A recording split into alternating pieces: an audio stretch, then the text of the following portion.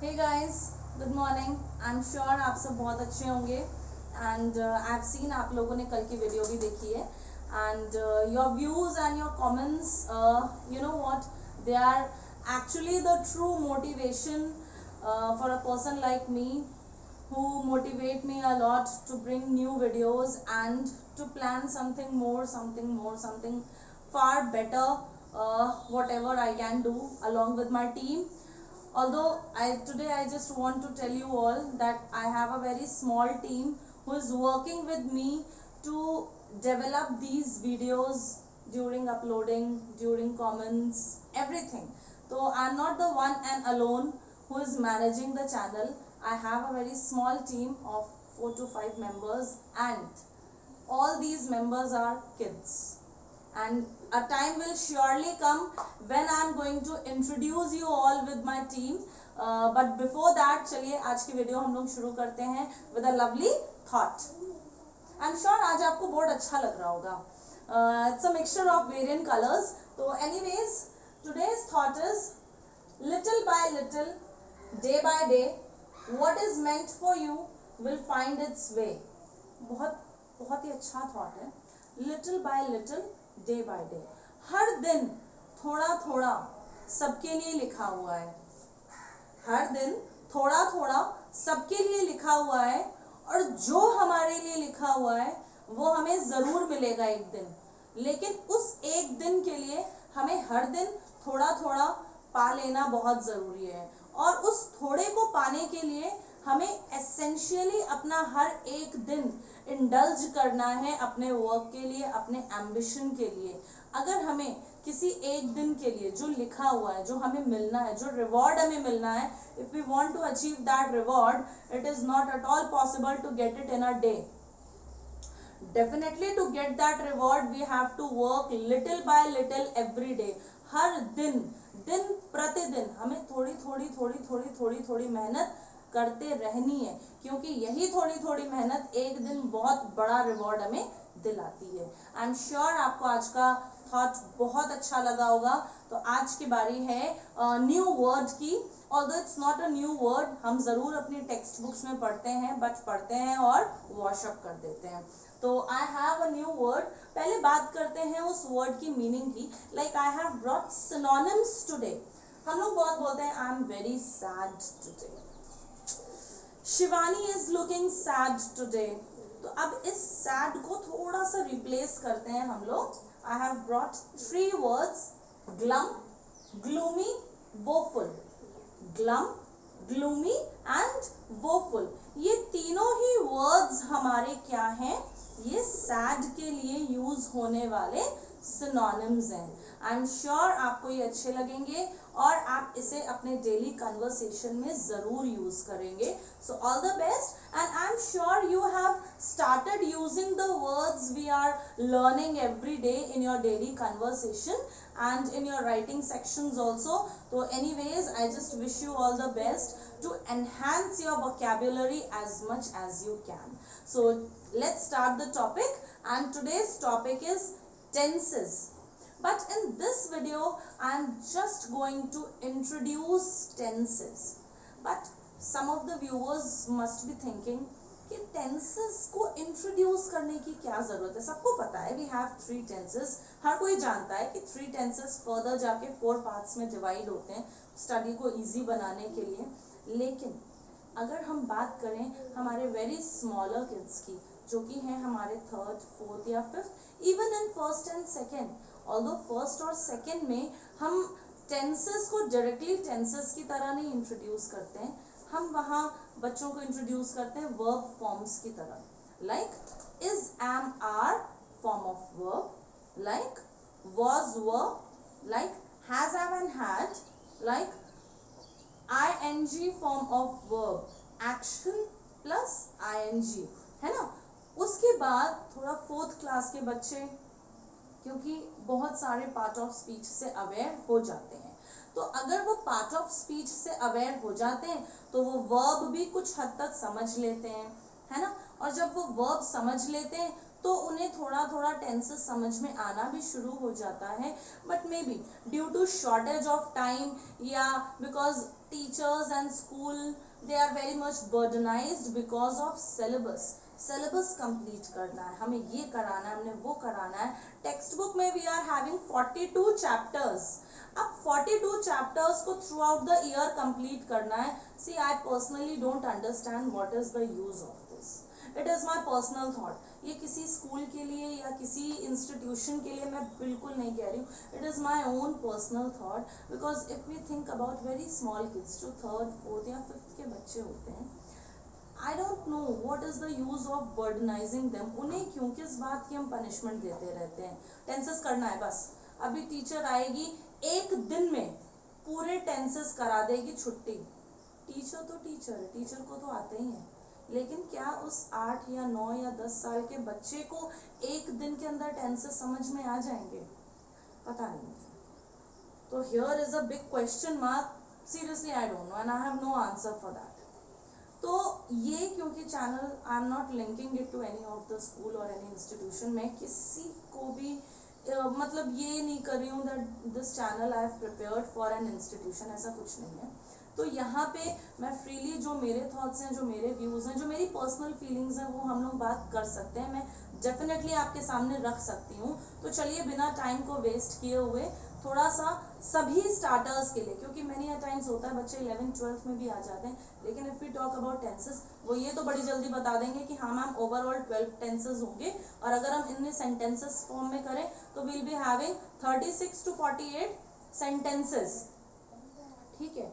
लेकिन अगर किसी एक के बारे में पूछना शुरू कर दें तो कहीं ना कहीं एंड में आते आते क्वेश्चन मार्क फिर से बनना शुरू हो जाता है. तो थोड़ा हम क्वेश्चन मार्क्स एक बना ही देते हैं.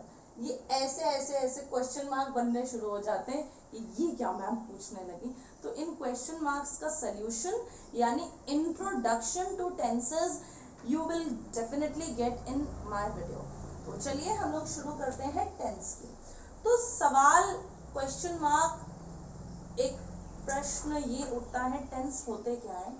बड़ी सिंपल सी बात है. ऐसे वर्ड्स जिनसे हमें टाइम ऑफ एक्शन पता चलता है.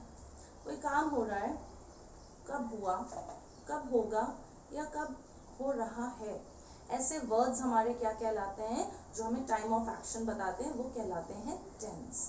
Like all of us take bath in the morning. All of us, हम में से हर कोई, कुछ दोपहर में भी नहाते हैं, कुछ शाम को भी नहाते हैं, कुछ रात को भी नहाते हैं. Like me, my family member use to call me fish because they say Richa तुम तो बस बाथरूम में ही रहा करो क्योंकि तुम्हें तो आना ही नहीं है. I take bath 10 to 12 times in a day in summer season. हमेशा नहीं, in summers. Like whenever I feel sweat, I just feel like rushing into the bathroom and enjoying the shower over there. ठीक है. लेकिन हम में से सभी सुबह जरूर नहाते हैं, नहाते हैं. तो हम ये क्या है? ये एक हैबिट है. We take bath, it is an habitual action. ये एक रियलिटी है, ये एक फैक्ट है. हर कोई नहाता है, हर कोई करता है. तो इसे हम टेंस में कैसे समझेंगे? तो टेंस क्या है? Tense the words that tell us about the time of action और वर्क. अब ये एक्शन या वर्क क्या है? ये एक्शन या वर्क होते हैं हमारे वर्ब. ये वर्ब क्या होते हैं? वर्ब हमारे वही वर्ड्स होते हैं जो हमें किसी भी काम के बारे में बताते हैं. Like bathing, singing, eating, drinking, playing, sleeping, roaming, laughing, crying, smiling, कुछ भी. ये सारे हमारे क्या कहलाते हैं? वर्ब. ठीक है. यहाँ पे हमने वर्ब रियलाइज कर लिए, यहाँ पे हमने बात कर लिया टाइम ऑफ एक्शन की भी, तो वो होते हैं टेंस. लेकिन टाइम ऑफ एक्शन क्या हो सकता है? टाइम ऑफ एक्शन को हम 3 कैटेगरीज में डिवाइड कर सकते हैं. When time of action is, यानी टाइम ऑफ एक्शन क्या हो सकता है? Now, gone, या आप कह सकते हो then.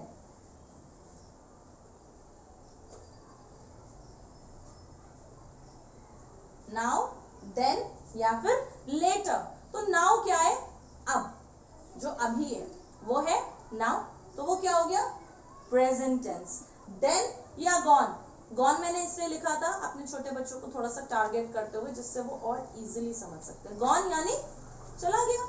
जो चला गया, जो अब नहीं है, वो क्या हो गया? पास्ट.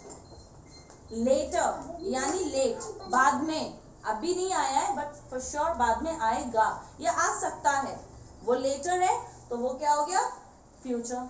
आई एम श्योर आपको ये ट्रिक बहुत अच्छी लगेगी। प्रेजेंट टेंस क्या होते हैं, नाउ जो अभी है बिल्कुल राइट नाउ, पास्ट जो gone which has already passed away, future which is suppose to come later, वो होते हैं हमारे फ्यूचर। तो यही हमारे 3 टेंसेस भी होते हैं। क्या होते हैं ये, यही होते हैं हमारे 3 टेंसेस। कौन से, प्रेजेंट, पास्ट और फ्यूचर। अब मैं आपको यहाँ पे बता दूं, हमारे प्रेजेंट टेंस और हमारे फ्यूचर टेंस और पास्ट टेंस, इन तीनों को ही हम फर्दर 4 पार्ट्स में डिवाइड करते हैं, तब जाके हमारे ओवरऑल 12 टेंसेस बनते हैं। तो ये 4 पार्ट्स क्या हैं, ये 4 पार्ट्स हैं, इनडेफिनेट, इनको हम सिंपल भी कहते हैं, कॉन्टिन्यूअस, इनको हम प्रोग्रेसिव भी कहते हैं, परफेक्ट, और उसके बाद आते हैं परफेक्ट कॉन्टिन्यूअस। परफेक्ट कॉन्टिन्यूअस को हम परफेक्ट प्रोग्रेसिव भी कह सकते हैं। क्यों, क्योंकि कॉन्टिन्यूअस प्रोग्रेसिव है, जो काम प्रोग्रेस में है या कंटिन्यूटी में है। तो चलिए अब हम इन 4 काइंड्स को समझते हैं कि आखिर है क्या ये, इनमें हम बात किस तरह की करते हैं। आई एम श्योर ये पोर्शन आपको बहुत अच्छे से क्लियर हो गया होगा, ठीक है। तो चलिए लेट्स स्टार्ट फ्रॉम इनडेफिनेट या simple. Indefinite form of tense को हम सिंपल टेंस भी कहते हैं। ये हमारे तीनों होते हैं, प्रेजेंट इंडेफिनेट, पास्ट इंडेफिनेट और फ्यूचर इंडेफिनेट। यहाँ पे हम बात किसकी करते हैं, यहाँ पे हम बात करते हैं फैक्ट्स की या फिर हैबिचुअल एक्टिविटीज की। Just like I said to you, we take bath every day in the morning. हम सब डेली सुबह बाथ लेते हैं। तो ये क्या है, ये हैबिचुअल एक्टिविटी भी है और ये फैक्ट भी है, because this is the reality. तो ये हमारे ऐसे जो भी सेंटेंसेस होते हैं वो क्या होते हैं हमारे, वो होते हैं हमारे इनडेफिनेट या simple sentences. Like the sun rises in the east, the sun sets in the west. अब इनको हम पहचानते कैसे हैं, इनको हम पढ़ते कैसे हैं। यहाँ पे जब हम वर्ब का इस्तेमाल करते हैं तो वर्ब में सिंगुलर या प्लूरल फॉर्म, ठीक है, सिंगुलर या प्लूरल फॉर्म के लिए भी मैं एक बहुत छोटी सी क्लिपिंग आपको जरूर दूंगी आने वाले टाइम में, क्योंकि this is the thing which our smaller kids really need to understand. Singular या प्लूरल फॉर्म ऑफ वर्ब क्या होती है, जो वर्ब हमारी सिंगुलर सब्जेक्ट के साथ लगती है उन्हें हम कहते हैं सिंगुलर वर्ब। जो वर्ब हमारी प्लूरल सब्जेक्ट के साथ लगती है उन्हें हम कहते हैं प्लूरल वर्ब, ठीक है। तो अब इसको हम थोड़ा सिंपल लैंग्वेज में या स्कूल में जैसे टीचर्स पढ़ाती हैं वो होता है वर्ब की एस या ईएस फॉर्म। तो एस या ईएस फॉर्म को थोड़ा सा अपडेट करेंगे हम लोग, ठीक है, क्योंकि मैं कुछ नहीं बोलूंगी, आप अपने आप समझ जाइए। बिकॉज यार ऐसा हो सकता है ना दैट किसी को लगे कि like this teacher is just pointing out at me, so I am not at all pointing out at anybody. मैं थोड़ा सा बस ये बताना चाह रही हूँ आपको कि वर्ब की मैंने यहाँ पे सिंपल लिखा भी है, वर्ब की एस या ईएस फॉर्म और वर्ब की सिंगुलर या प्लूरल फॉर्म, ठीक है, इससे आप लोग जरूर समझ जाओगे। अच्छा, और क्या यूज करते हैं, और हम लोग करते हैं अपनी ऑक्सिलरी वर्ब में हम यूज करते हैं डू या डस। ये होती है हमारी ऑक्सिलरी वर्ब। अब ऑक्सिलरी वर्ब क्या है, जिसको आप बड़े आसानी से समझ जाते हो, हेल्पिंग वर्ब, तो उसे थोड़ा सा ऑक्सिलरी बोलेंगे, ठीक है। हेल्पिंग भी है, मैं आई am not saying helping, helping भी ऑक्सिलरी बोलते हैं, है ना। तो अब क्या होता है, आप लोग क्या बोलते हैं, वर्ब की सेकेंड फॉर्म, वर्ब की पास्ट फॉर्म, ठीक है, और साथ में हम क्या यूज करते हैं, वर्ब की पास्ट फॉर्म। और जब बात आती है ऑक्सिलरी वर्ब की तो हम इस्तेमाल करते हैं डिड, और फिर हम यूज करते हैं वर्ब की फर्स्ट या फिर वर्ब की बेसिक फॉर्म या फिर रूट फॉर्म, ओके, और विल शैल। अब आप सोच रहे ये सब एक साथ यूज होता है, एक साथ नहीं यूज होता है। ये हमारा प्रेजेंट फॉर्म में यूज होता है, ये हमारा पास्ट फॉर्म में यूज होता है और ये हमारा फ्यूचर फॉर्म में यूज होता है, ठीक है।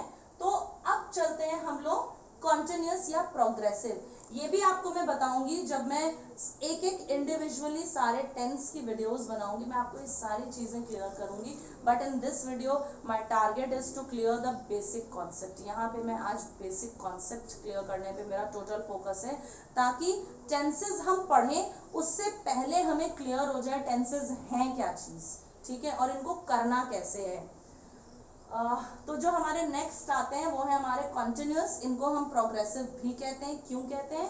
Because they express the works progress, क्योंकि ये हमें वर्क के प्रोग्रेस के बारे में बताते हैं, यानी वो वर्क जो कॉन्टिन्यूटी में चल रहा है या प्रोग्रेसिंग फॉर्म में है, ठीक है। तो अब ये भी हमारे 3 होंगे, क्योंकि प्रेजेंट कॉन्टिन्यूस भी होंगे, पास्ट कॉन्टिन्यूस भी होंगे और फ्यूचर कॉन्टिन्यूस भी होंगे।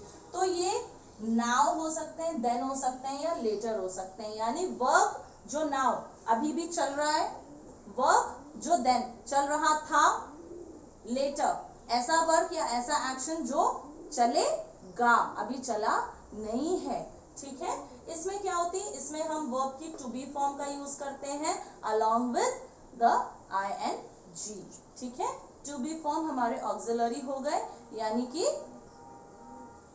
Is, am, are, was, were, इसके साथ हमारा बी आ जाता है, इसके साथ हमारा बीन आ जाता है, इसके साथ हमारा बीइंग भी आ जाता है। तो ये सारे हमारे टू बी फॉर्म्स होते हैं। तो अगर हम लोग अब थर्ड की तरफ चलें तो वो है हमारे परफेक्ट टेंस। परफेक्ट जैसा बिल्कुल परफेक्ट, एग्जैक्ट, यानी काम चल तो रहा था और जस्ट अभी कंप्लीट होने के लेवल पे आया है, या तो जस्ट अभी अभी कंप्लीट हुआ है, या जस्ट अभी कंप्लीट हुआ था, या जस्ट अभी कंप्लीट होने वाला है। तो ये होते हैं हमारे परफेक्ट टेंस, ठीक है।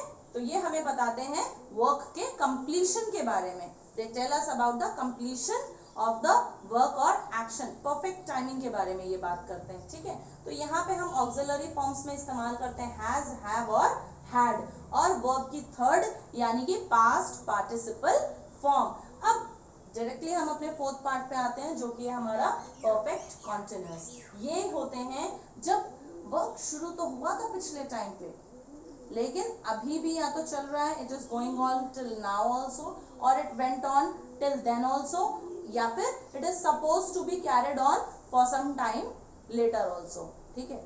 शुरू हुआ था लेकिन नाउ या तो अभी भी चल रहा है, देन या तो अभी भी चल रहा था, लेटर या तो अभी भी चलेगा कुछ टाइम तक। ये होते हैं हमारे परफेक्ट कॉन्टिन्यूअस या फिर परफेक्ट प्रोग्रेसिव। इनमें हम क्या करते हैं, has, have, had, will, shall as a auxiliary verb use करते हैं। इसके अलावा हम बीन यूज करते हैं ऑक्सिलरी फॉर्म, और वर्ब की ing या कॉन्टिन्यूअस या फिर प्रोग्रेसिव फॉर्म यूज करते हैं। और यहाँ पे हम यूज करते हैं सिंस या फॉर, क्योंकि ये बताते हैं हमें टाइम ड्यूरेशन के बारे में, यानी वर्क कब से चल रहा था या है या चलेगा। आई एम श्योर आपको ये कंटेंट बहुत अच्छे से समझ में आया होगा। If you find any doubt in the content, you can post it to me in the comment box. And yes, I request you all, if you are liking the content, please hit the like button, ताकि I just remain motivated, and just because of your motivation I can think of new and easy methods and easy ways, targeting towards my new learners, जिन्हें पहले से आता है उनके लिए कोई difficult नहीं है ये। उन्हें तो बल्कि उन्हें लगेगा कि अरे मैं जाके मैम को बता दूं। बिल्कुल हो सकता है मुझसे भी मिस्टेक्स हो, बहुत सारी चीज़ें मुझे भी सीखनी पड़ जाए, that is a part of life. But I just target towards my new learners, my small kids who are actually lacking somewhere behind, ठीक है।